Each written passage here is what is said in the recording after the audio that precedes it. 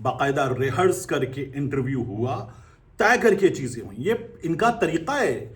شریف خاندان, میاں نواز شریف صاحب, شہباز شریف صاحب, یہ لوگ یہی کرتے ہیں, ان کا طریقہ ہے. میں دنیا نیوز میں شہباز شریف کے بار بار انٹرویوز, ہر سال دنیا نیوز کا کیک کرتا تھا 1 دسمبر کو, تو شہباز شریف صاحب آتے تھے اور میں اسٹوڈیو میں موجود ہوتا تھا بطور سینئر موسٹ اینکر, اور وہاں شہباز شریف صاحب سے کیا سوالات ہونے سلمان غنی صاحب بھی بتاتے تھے, کیونکہ وہ ان سے کہہ دیتے تھے, ورنہ یہ سلمان غنی صاحب کا مزاج نہیں ہے.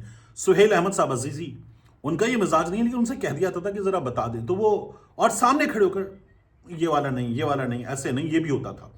تو یہ شہباز شریف صاحب کا طریقہ تھا, اب بھی ہے. یہ لوگ انٹرویو کیوں نہیں دیتے, یہ کیوں نہیں دیتے؟ آپ کو یاد ہے طلعت حسین کا, طلعت حسین جیسے صحافی کا ایک کلپ موجود ہے کہ احسن اقبال صاحب پلیز, یہ آپ کے لیڈر انٹرویو دے رہے ہیں, بہت اچھا ہینڈل کر رہے ہیں, وہ کلپ موجود ہے. تو یہ مریم نواز شریف صاحبہ انٹرویو دے رہی تھی اور انہوں نے کہا مجھے ہسٹری میں فکشن بہت پسند ہے. یہ وہ خاتون ہے جو آپ کو یاسمین راشد صاحبہ کا, بلکہ غالباً یہ علامہ اقبال صاحب کی بہو کا, علامہ اقبال کی بہو کا انٹرویو موجود ہے, جنہوں نے بتایا تھا کہ کیسے یہ ایڈمیشن کے لیے جو حرکتیں کی گئیں, ان کے ابا حضور نے ان کے کہ کنیرڈ میں ایڈمیشن کروانا ہے, کنگ ایڈورڈ میں ایڈمیشن کروانا ہے, دونوں جگہ نہیں ہو سکا, اور پھر اس کے بعد یہ میڈیکل میں زبردستی ایڈمیشن شاید لے لیا گیا تھا. پھر اس کے بعد جو ہے انہوں نے کیا کیا, انگلش لٹریچر میں ماسٹرز کیا, اور اس کے بعد پی ایچ ڈی کس میں, پولیٹیکل سائنس میں. ARY کی خبر پڑی ہوئی انٹرنیٹ پہ دیکھ لیں جا کے, یوٹیوب پہ. ان کی P H D political science میں, ماسٹرز ان کا موجود ہے وہ انگلش لٹریچر میں. یہ مطلب میں نہیں بتا رہا, یہ باقاعدہ ARY پہ ان کی خبر موجود ہے. تو یہ کمالات ان لوگوں نے کیے ہیں, اور اب مریم نواز شریف نے یہ کمال کیا. دیکھیے بات یہ ہے کہ آپ کسی سے پوچھیں نا, 4 دوستوں میں بات ہوتی ہے نا, اکثر لوگ مثال دیتے ہیں کہ یار کتنا موٹا, اتنا موٹا, کتنا دبلا, اس کے جیسا دبلا, کتنا کالا, اس کے جیسا کالا, کتنا جاہل, ایسا جاہل, ایسا جاہل. مطلب آپ خاندان میں جس کسی کو اٹھا کے دیکھ لیں, جی یہ اثاثے وہ لندن اپارٹمنٹس ہمارے, بینیفیشل اونر میری بہن ہے, الحمدللہ ہمارے ہیں. کب انٹرویو دیا تھا؟ جب ICIJ میں نام آنے والا تھا تب فوراً آ گئے تھے, الحمدللہ ہمارے ہیں. مسئلہ کیا ہے؟ یہ جو مریم نواز شریف صاحبہ بات کر رہی ہیں شعور پر, کیا قائد اعظم نے شعور کی بات نہیں؟ مطلب اس ملک کو آپ روٹی کے لیے بناتے نا. علامہ اقبال صاحب, نیلسن منڈیلا روٹی پہ مرتے. اور اسی طرح سے اللہ رب العزت نے جو فرمایا ہے شعور کے بارے میں, کیا جاننے والے نہ جاننے والے برابر ہیں؟ کیا اللہ رب العزت نے نہیں فرمایا قرآن میں جگہ جگہ شعور کی بات نہیں کی؟ عقل والوں کے لیے نشانیاں ہیں کہ اللہ تعالیٰ نے نہیں فرمایا کلام کرو تاکہ پہچانے جاؤ, مولا علی کا قول. تو یہ جس طرح کی باتیں کرتے ہیں, اب یہ انہوں نے کلام کیا تو پہچانے گئے کہ کتنے جاہل ہیں, کتنی بڑی کھچ ماری ہے لوگوں نے. تو مریم نواز شریف صاحبہ نے آپ کو یہ کر کے دکھا دیا ہے. میں تو کہہ رہا ہوں اس جملے کو, شعور سے کسی کا پیٹ نہیں بھرتا, وہ سہیل آفریدی نے جو بات کی تھی نا, وہ ان کو ایکسپوز کر گئی ہے.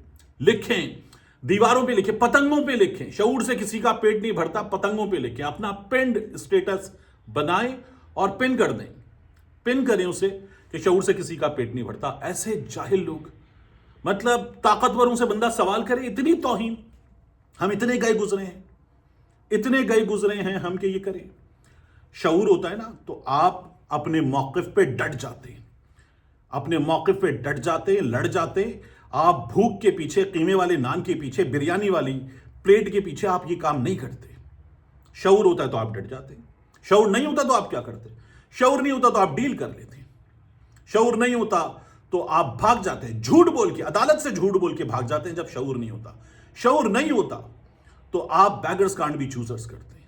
شعور نہیں ہوتا تو آپ کہتے ہیں بچوں کرپشن ہوتی ہے. بچوں کے سامنے کھڑے ہو کر ایک قوم کی, تعلیمی ادارے کی, نظام تعلیم کی, ہر چیز کی تذلیل کرتے ہیں. آپ کہتے ہیں بچوں کرپشن ہوتی ہے.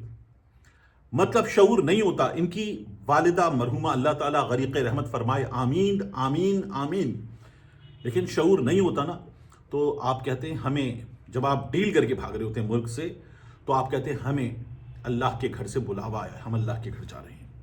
میں I would have never said this, لیکن کیا جہالت ہے بھئی. مطلب آپ لوگوں نے یہ مسلط کیا ہے یہ, اور اس کے بارے میں آپ نے کسی ڈیجیٹل مالیشی کو, کسی ڈیجیٹل نائی کو بٹھا کر یہ کہا ہے کہ اس سے خوش ہے, اس سے خوش ہے. مطلب یہ آپ لوگوں نے کیا کیا ہے؟ اس قوم کے منہ پہ آپ لوگوں نے جو تھپڑ مارا ہے یہ ہوا ہے. ان لوگوں کی 8 فروری کو سیاسی موت ہو چکی تھی. اب ان لوگوں کو طاقت کے وینٹیلیٹر نے زندہ رکھا ہوا ہے، وگرنہ ان لوگوں کی کوئی حیثیت نہیں ہے، کوئی حیثیت نہیں ہے. اور جو انہوں نے حرکتیں کی، مطلب اگر شعور پر بات ہو رہی ہوتی، انور شعور صاحب کا نام نہ ہوتا، پھر انور روٹی انور سالن. وہ اتنا بڑا ادیب، اتنا بڑا شاعر، مطلب وہ انور سالن نام ہوتا ان کا. تو یہ جو جہالت ہے بھائی، یہ جہالت ہم پہ مسلط جنہوں نے کی ہے، بندہ ان کے آگے ہاتھ جوڑے اور ہاتھ جوڑ کے کہے کہ بس ہو گئی. یہ اس سے زیادہ جہالت کیا ہو سکتی ہے؟ یہ اگلے ووٹ کے موقع پر ایک ایک چیز وائرل ہوگی. اور شعور جو ہے نا، جس طرح کی جہالت کا یہ مظاہرہ ہے، یہ کل پھر پرسوں اس کے ڈیفنس کے لیے آ جائے گی، اس کو ڈیفینڈ کرنے آ جائے گی.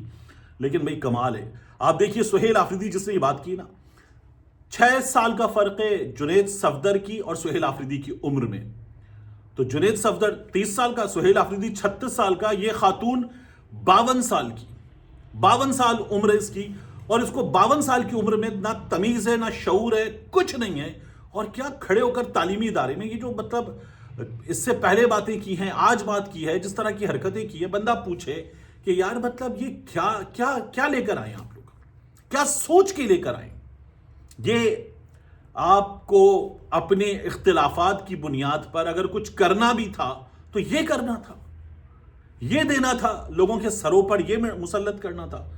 استغفر اللہ. مطلب تکلیف ہوتی ہے نا. اللہ جب کسی کی تباہی کا فیصلہ کرتا ہے نا، تو یہ نہیں کرتا کہ اس کو مار دے، اللہ مت مار دیتا ہے. یہ مشہور کہاوت ہے. تو یہ ہوا ان لوگوں کے ساتھ. باقی انجوائے کریں، عقل نہیں تو موجہ ہی موجہ، موجہ ہی موجہ.